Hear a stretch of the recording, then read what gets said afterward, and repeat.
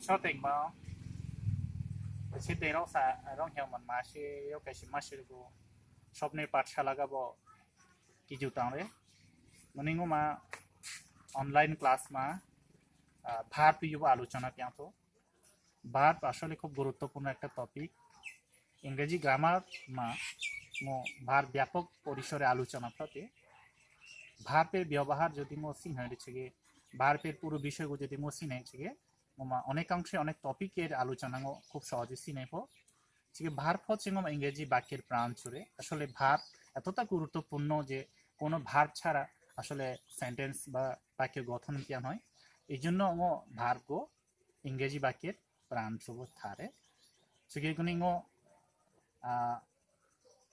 অন্যভাবে white board মা আলোচনা পেয়াবো চেষ্টা পেয়ামে যদিও কিছু সীমাবদ্ধতা হিরে অনেক মুভমেন্ট সমস্যা তারপর চেষ্টা পেয়ামে রেজন স্বার্থে হোয়াইট বোর্ড মা আলোচনা করি চেষ্টা পেয়ামে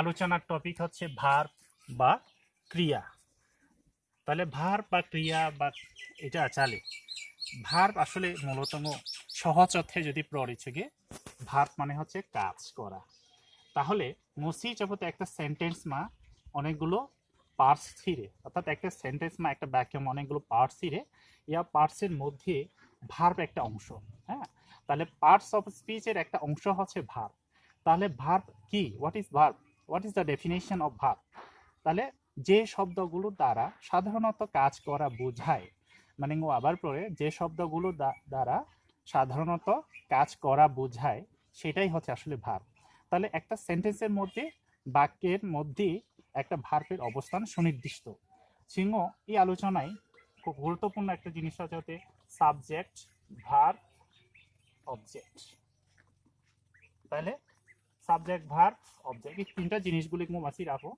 তাহলে সাবজেক্ট মানে হচ্ছে দুয়ার কর্তা হ্যাঁ যে করে ইয়াসু হচ্ছে দুয়ার কর্তা মুছরে তারপরে ভার্ব মানে হচ্ছে ক্রিয়া কাজ তারপরে হচ্ছে অবজেক্ট মানে কর্ম হ্যাঁ তাহলে কর্তা যেটা হ্যাঁ কাজ পেয়ারে হ্যাঁ কর্তা যেটা লুকে সেটাই হচ্ছে ক্রিয়া তাই না তাহলে ক্রিয়া তারপরে কর্তা ক্রিয়া এবং কর্ম তাহলে তার মধ্যে গুরুত্বপূর্ণ যেটা আলোচনা সেটা হচ্ছে ভার্ব তাহলে ইচুকু প্রজাপতি ইংরেজি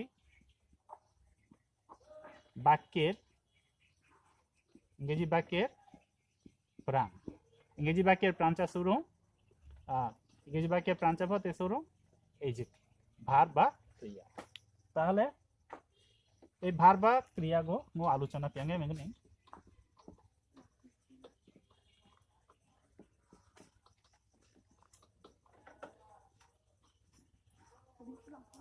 তাহলে মোমা ভার্ব গো প্রথমত দুই ভাগে ভাগ আমি ফাইনাইট ভার্ব তারপর হচ্ছে নন ফাইনাইট ভার্ব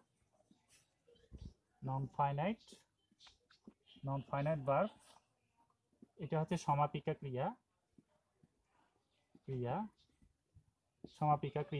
এটা হচ্ছে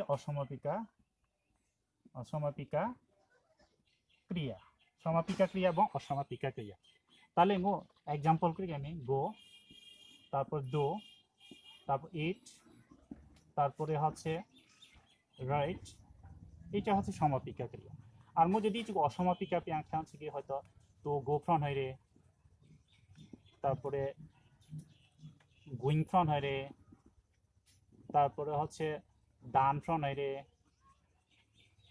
হ্যাঁ তারপরে হচ্ছে তো গো গুইং তারপর গন হ্যাঁ তারপরে ধরো দো তারপরে হচ্ছে ডুইং তারপরে হচ্ছে ডান তার মানে সমাপিকা একটা ধরো গো ইয়াসু গো এরকম ইউ বলা হানাই রে তো গো অথবা গুইং অথবা গান হ্যাঁ অথবা তো দো অথবা ডুইং অথবা ডান যদি হচ্ছে গো মানে খাওয়া হ্যাঁ অথবা খাই তাহলে ইডে তো সরি, গো মানে যাওয়া, তাইলে যায়। তাহলে এটা মা যেতে, গিয়ে, তাহলে খেয়াল ব্যাঙ্গে যাতে গো, দো, ইট, আই। যেমন গো অর্থ যাওয়া, দো অর্থ করা, তারপরে হচ্ছে ইট অর্থ খায়, খাওয়া, রাইট অর্থ লেখা, লিখা, লেখা। তাহলে যদি অসমাপিকা ক্রিয়া যদি পেয়ে হচ্ছে কি, যেমন তো গো, তাহলে যেতে অথবা গিয়ে, গুইং যেতে অথবা গিয়ে, গন যেতে অথবা গিয়ে। একইভাবে টু ডু করতে, হ্যাঁ, তারপরে ডুইং, হ্যাঁ, করতে, দান করতে, এরকম বুঝাতে। অর্থাৎ সমাপিকা যে রূপ হিরে হচ্ছে সাধারণত যদি বুঝাতে চাবো, সমাপিকা মানে হচ্ছে যে ক্রিয়া বাক্যে বসে বাক্যের অর্থকে সম্পূর্ণ প্রকাশ মানে যাবতে সমাপিকা ক্রিয়া। আর নন ফাইনাইট মানে অসমাপিকা ক্রিয়া দ্বারা বুঝাতে চাবতে অসমাপিকা মানে অসমাপ্ত যে ক্রিয়া, তাহলে যে ক্রিয়া দ্বারা বাক্যে অসম্পূর্ণতা বুঝায় সেটা হচ্ছে অসমাপিকা ক্রিয়া। তাহলে সুবিধাগু पूरा क्लासिफिकेशन दो लागे में তাহলে খেয়াল পেঙ্গে মে ইসুগো দুই ভাগে খুঁড়ে প্রিন্সিপাল, প্রিন্সিপাল ভার্ব, তারপরে হচ্ছে auxiliary verb, auxiliary verb, auxiliary verb. তাহলে এই প্রিন্সিপাল গো আবার দুই ভাগে খুঁড়ে নো ট্রানজিটিভ, ট্রানজিটিভ ভার্ব, তারপর ইনট্রানজিটিভ ভার্ব, জিটিভ ভার্ব। তারপরে এই অক্সিলিয়ারি ভার্ব গুলো দুই ভাগে খুঁড়ে primary auxiliary verb, primary auxiliary verb, তারপরে হচ্ছে মডেল অক্সিলিয়ারি ভার্ব সংক্ষিপ্ত পেমরিরে। তাহলে এই প্রাইমারি অক্সিলিয়ারি গো আবার তিন ভাগে ভাগ পেয়ে আমি to be verb, to be verb, to do verb, to have verb. আপাতত ফাইনাইট ভার্ব को চিন্তা দিয়াঙ্গে আমি ফাইনাইট ভার্ব যা হতে হবে তার প্রিন্সিপাল ভার্ব এবং অক্সিলিয়ারি ভার্ব এই দুইটা ভাগে খুঁড়ে প্রথমত। তারপর আবার প্রিন্সিপাল ভার্ব দুই ভাগে খুঁড়ে, একটা আছে ট্রানজিটিভ ভার্ব সকর্মক ক্রিয়া আর ইনট্রানজিটিভ ভার্ব অকর্মক ক্রিয়া। তারপর অক্সিলিয়ারি ভার্ব আবার দুই ভাগে খুঁড়ে প্রাইমারি অক্সিলিয়ারি ভার্ব আর একটা আছে মডেল অক্সিলিয়ারি ভার্ব। তো এই প্রাইমারি অক্সিলিয়ারি আবার খুঁজে যাবে তিন ভাগে টু বি ভার্ব, তারপর টু ডু ভার্ব এবং টু হ্যাভ ভার্ব। তাহলে এই হচ্ছে মোটামুটি ভাবে তোমার ফাইনাইট ভার্বের ক্লাসিফিকেশন। অর্থাৎ ফাইনাইট ভার্ব খুঁজে যাবো প্রথমত প্রিন্সিপাল এবং অক্সিলিয়ারি। তো প্রিন্সিপাল আবার দুই ভাগে খুঁজে ট্রানজিটিভ, ইনট্রানজিটিভ, সকর্মক্রিয়া, অকর্মক্রিয়া। প্রিন্সিপাল মানে মূল ক্রিয়া আর অক্সিলিয়ারি মানে সাহায্যকারী ক্রিয়া, অ্যাসিস্ট্যান্স ভার্ব যেটা পড়ে ইয়াস দুই ভাগে খুঁজে primary auxiliary verb, modal auxiliary verb. এবং প্রাইমারি অক্সিলিয়ারি ভার্ব খুঁজে যাবো to be verb, to do verb এবং to have verb, to have verb দ্বারা। 지금 মোটামুটি ফাইনাইট ভার্বের ক্লাসিফিকেশন তুঙ্গেরে তোমাকে নন ফাইনাইট ভার্ব আলোচনা পেয়ে ক্লাসিফিকেশন খুঁজে আমি পেয়ে। তাহলে নন ফাইনাইট ভার্ব খুঁজে যাবতে প্রথমত তিন প্রকার, জেরান্ট, ইনফিনিটিভ, ইনফিনিটিভ এবং পার্টিসিপল, পার্টিসিপল। ঠিক এই পার্টিসিপল को আবার তিন ভাগে খুঁজব, present participle, present participle, past participle, participle, তারপরে হচ্ছে পারফেক্ট পার্টিসিপল, পারফেক্ট পার্টিসিপল। ঠিক আছে, একটু সেভাবে খেয়াল ভাঙে নন ফাইনাইট মানে অসমাপিকা ক্রিয়া, যেটা দ্বারা বুঝাতে আসলে অসমাপিকা মানে অসমাপ্ত। তাহলে যে ক্রিয়াগুলো বাক্যের মধ্যে থাকব, বাক্যের মধ্যে সম্পূর্ণতা বোঝায় না অর্থাৎ অসম্পূর্ণ থেকে যায়, সেটাই হচ্ছে নন ফাইনাইট ভার্বের কাজ। তাহলে নন ফাইনাইট গুণ খুঁজে যাবতে প্রথমত তিন ভাগে, জেরান্ট, ইনফিনিটিভ এবং পার্টিসিপল। আবার পরে নন ফাইনাইট গু তিন ভাগে পেয়ারে, জেরান্ট, ইনফিনিটিভ এবং পার্টিসিপল। আবার এই পার্টিসিপল গু তিন ভাগে পেয়ারে, এই পার্টিসিপল গু আবার তিন ভাগে আলো পেয়ারে, প্রেজেন্ট পার্টিসিপল, পাস্ট পার্টিসিপল এবং পারফেক্ট পার্টিসিপল। ওকে, মোটামুটি এটা ফাইনাইট এবং নন ফাইনাইটের মোটামুটি ক্লাসিফিকেশন মুখ আমাদের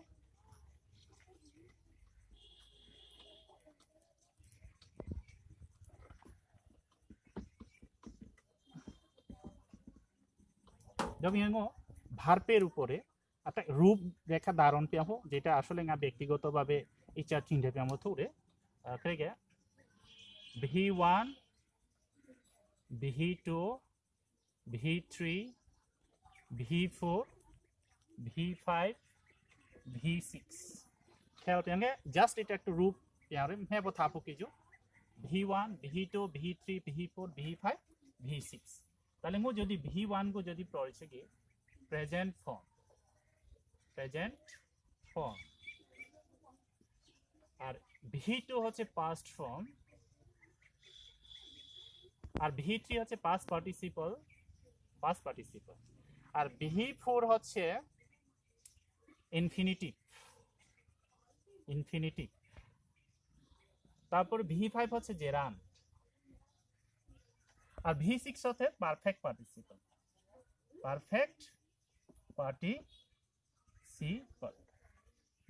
তাহলে খেয়াল পেঙ্গে একটা ক্রিয়ার মধ্যেও সাধারণত এই 6টা রূপ রাখে V1 রাখো V2 রাখো V3 রাখো V4 রাখো V5 রাখো এবং V6 রাখো তাহলে গোমা মূল ক্রিয়ার উপরে এই 6টা রূপ তাহলে জাস্ট এক্সাম্পল প্রেজেন্ট ফর্ম যদি উদাহরণ থেকে দু যদি ফিরছে কি তাহলে পাস্ট টেন্স মারফতে যে জানো পাস্ট ফর্ম না যেটা হচ্ছে ডিড আর পাস্ট পার্টিসিপল হচ্ছে ডান আর যে ইনফিনিটিভ হচ্ছে টু ডু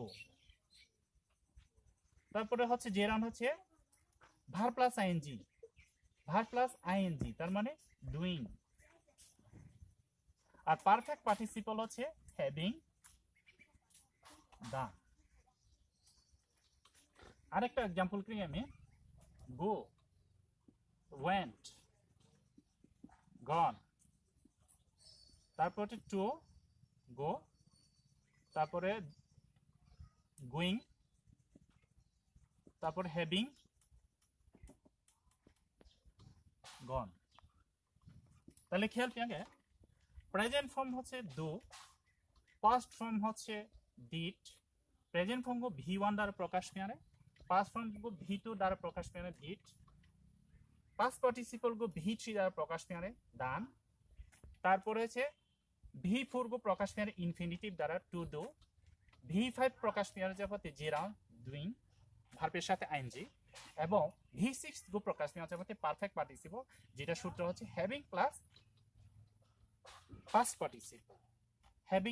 পাস্ট পার্টিসিপল এটা হচ্ছে পারফেক্ট পার্টিসিপল তাহলে এইরকম ভাবে ভার্বের মধ্যে 6টা রূপ রারে এবং ওইটা খুব সহজভাবে সি পকিজু এই 6টা রূপগো আলাদাভাবে নিজের চিন্তাকা বইছে আলাদা স্রোতত খুব বাইরে পেয়ানে V1 V2 V3 V4 V5 পরবর্তীতে V2 মানে সি যাহতে পাস্ট ফর্ম V3 মানে সি যাহতে পাস্ট পার্টিসিপল V4 মানে হচ্ছে ইনফিনিটিভ বসিব V5 মানে সি যাহতে জেরাউন আবার পারফেক্ট পার্টিসিপল মানে V6 বসিব তাহলে এবার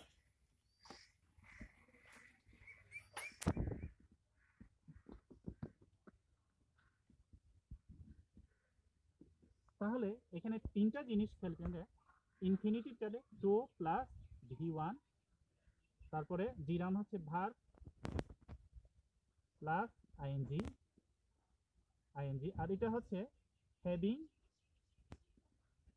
প্লাস V3 খেলতে হবে টু প্লাস V1 এটা হচ্ছে ইনফিনিটিভ পরে মানে V4 তাহলে টু প্রিপোজিশনের সাথে V1 প্রেজেন্ট ফর্ম যেটা টু প্রিপোজিশনের সাথে V1 এই প্রেজেন্ট ফর্ম যুক্ত যখন পাবো ইয়া যুক্ত ছেড়ে ইনফিনিটিভ তারপরে জি রাউন্ড রে ভার প্লাস আইএনজি মূল ভার্ব যেটা বেসিক ফর্ম যেটা আছে V1 সেই ভার্বের রূপের সাথে কত যুক্ত করতে হবে আইএনজি যুক্ত আনাবো তাহলে V5 জি রাউন্ড তারপর V6 আছে আর পারফেক্ট পার্টিসিপল যেটা পরে পারফেক্ট পার্টিসিপল তো সূত্র যাবে হ্যাভিং এর সাথে V3 মানে হচ্ছে পাস্ট পার্টিসিপল V3 তাহলে তার আগে যুক্ত হবে কি হ্যাভিং তাহলে হ্যাভিং এর সাথে যখন V3 যুক্ত হবে সেটা হচ্ছে তোমার পারফেক্ট পার্টিসিপল ওকে এটা হচ্ছে মোটামুটি ভাবে তোমার ভার্বের মোট রূপ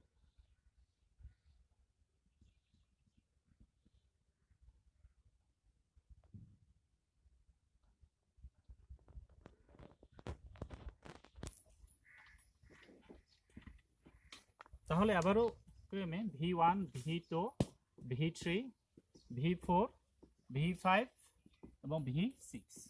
তাহলে খেয়াল চাপতে এই দুইটা রূপ V1 এবং V2 এটা হচ্ছে ফাইনাইট।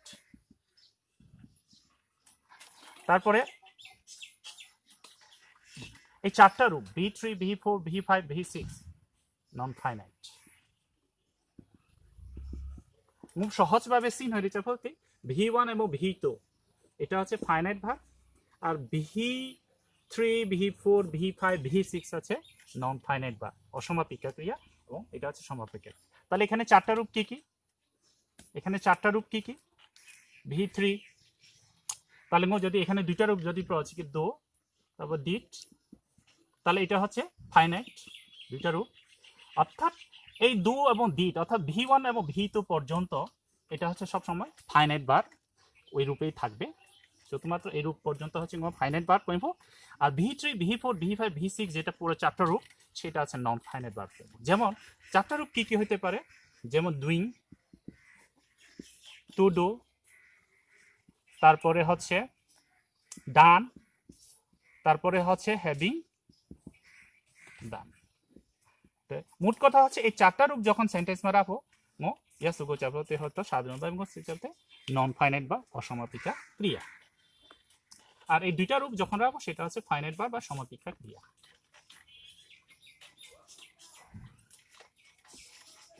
তাহলে মোটামুটি ভাবে সমাপিকা ক্রিয়া এবং অসমাপিকা ক্রিয়া আলাদা পার্থক্য শিখেবে যেমন এবং সমাপিকা শিখলে এবং অসমাপিকা ক্রিয়া শিখলে, এবং শিখুক যে একটা সূত্র দাঁড় পিয়ানোতে V1 V2 V3 V4 V5 পর্যন্ত V6 পর্যন্ত দাঁড় ভেঙে শুধু এবার ফাইনাইট ভার্বের মধ্যে আলোচনা পিয়াঙ্গে আমি। তাহলে এটা হচ্ছে প্রিন্সিপাল ভার্ব, তারপরে হচ্ছে অক্সিলিয়ারি ভার্ব। তাহলে এই অক্সিলিয়ারি গো প্রথমে আলোচনা পিয়াঙ্গে আমি। তো অক্সিলিয়ারি গো বিভাগে খুঁড়েঙ্গো প্রাইমারি অক্সিলিয়ারি আর হচ্ছে মডেল অক্সিলিয়ারি। তাহলে প্রাইমারি গো তিন ভাগে খুঁড়ে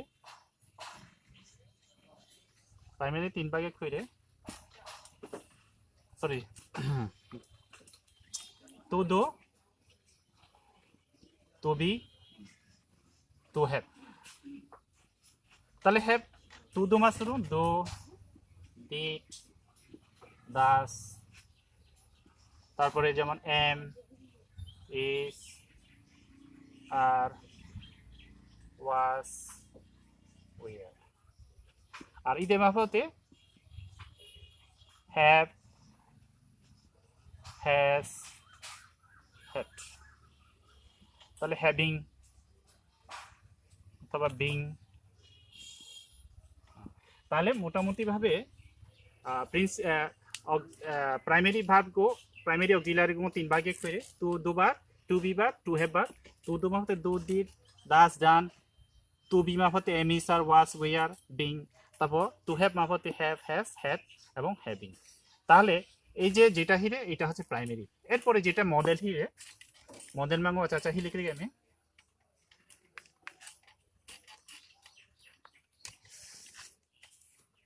model can, could, may, might, shall, should, will, would, must, have to, used to, ought to, need, there। তাহলে এটা হচ্ছে মোটামুটি ভাবে মডেল অক্সিলিয়ারি ভার্ব। তাহলে এই মডেল এবং যেটিকে প্রাইমারি দুটা মিলে হচ্ছে অক্সিলিয়ারি ভার্ব। তাহলে আলোচনা ফ্লোরে তারপরে এই প্রিন্সিপাল ভার্ব দুই ভাগে খুঁড়ে একটা হচ্ছে ট্রানজিটিভ ভার্ব, আর একটা হচ্ছে ইনট্রানজিটিভ ইন্ট্রানজিটিভ ভার্ব। এটাকে বলা হয় সকর্ম ক্রিয়া, মানে যেখানে কর্ম থাকে, মানে অবজেক্ট থাকে। আর ইন্ট্রানজিটিভ মানে অবজেক্টবিহীন বা কর্মবিহীন। যেমন মো এক্সাম্পল খুব জানেন, she is reading a book. she is reading a book. she হচ্ছে সাবজেক্ট, তাহলে ইজ প্লাস রিডিং।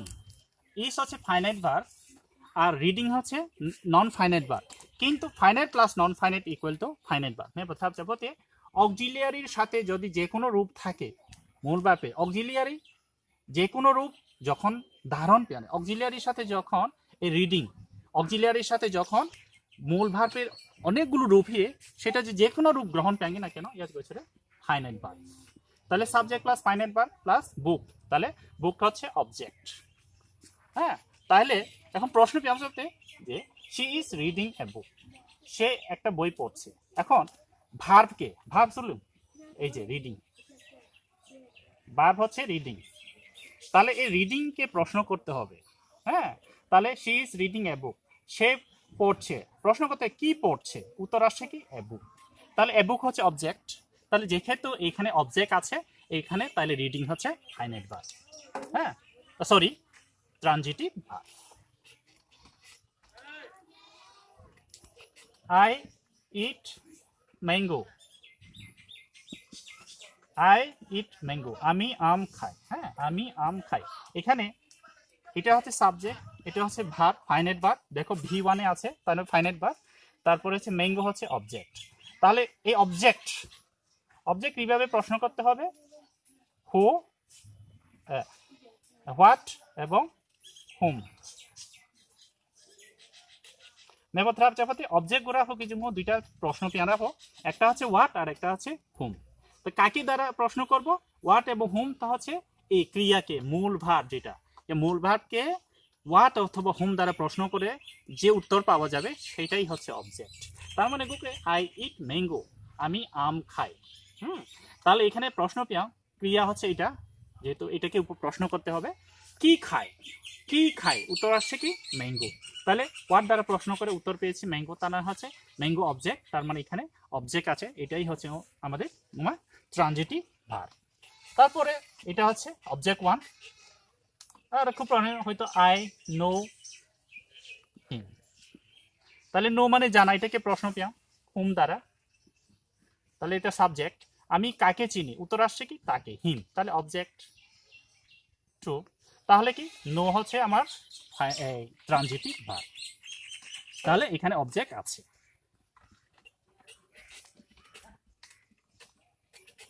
এরপর ইন্ট্রানজিটিভ ভার্ব, যেটা ইন্ট্রানজিটিভ মানে অবজেক্ট বিহীন। হ্যাঁ, হি সুইমস ইন দ্য পন্ড, তাহলে সাবজেক্ট, এটাকে হচ্ছে ভার্ব, এটা ভার্ব মানে ক্রিয়া, এটাকে প্রশ্ন করো কি অথবা কাকে দ্বারা প্রশ্ন করে কোনো উত্তর পাই কিনা। তাহলে কি কাতে নাকি কাকে কাতে, তাহলে কোনো উত্তর ভি দেমা, কোনো উত্তর মেলেন হয়। তাহলে যেটা ইন দ্য পন্ড, এটা হচ্ছে মডিফায়ার, এটা হচ্ছে প্লেস অফ মডিফায়ার, সুতরাং এটা গোমা অবজেক্ট মাও। তাহলে এটা যেহেতু এখানে সুইমস ব্যবহার করে কিন্তু অবজেক্ট মি, সুতরাং এটা হচ্ছে ইন্ট্রানজিটিভ ভার্ব। তারপরে ধরো I fly in the sky, ধরো প্রজাপতি আমি আকাশে উড়ি। তাহলে ক্রিয়াকে প্রশ্ন করো, ক্রিয়া হচ্ছে ফ্লাই, এটা হচ্ছে সাবজেক্ট, আমি উড়ি। তাহলে কি উড়ি নাকি কাকে উড়াই, কোনটা, কোনো তার উত্তর মিলেই দেয়। তবে প্রশ্ন হলে এরকম কোথায় উড়ি, তো কোথায় যখন হয় সেটা তো অবজেক্টের বৈশিষ্ট্য। অবজেক্ট হচ্ছে কি দুইটা প্রশ্ন পেয়ারা, কি এবং কাকে, হোয়াট এবং হুম, কিন্তু কি এবং কাকে দ্বারা কোনো প্রশ্নই দেয় যেমন আমরা উত্তর লিমি, সুতরাং এটা হচ্ছে যারো ইন্ট্রানজিটিভ ভার্ব। গিয়ে প্রিয় শিক্ষার্থী মানে প্রিন্সিপাল ভার্বের উপরে ট্রানজিটিভ এবং ইন্ট্রানজিটিভ আলোচনা পেয়ালিরে, তারপরে হচ্ছে ফাইনাইট ভার্বের উপরে প্রিন্সিপাল এবং অক্সিলিয়ারি গইব আলোচনা পেয়ালিরে, গণন হাফরেখা নন ফাইনাইটের উপরে পুরো আলোচনা পেয়াঙ্গামে। তো হাফরে আশা করি ক্লাসমা কোনো অংশগ্রহণ পেয়াঙ্গামে, সেই পর্যন্ত হাফানিকে প্রয়োজন কি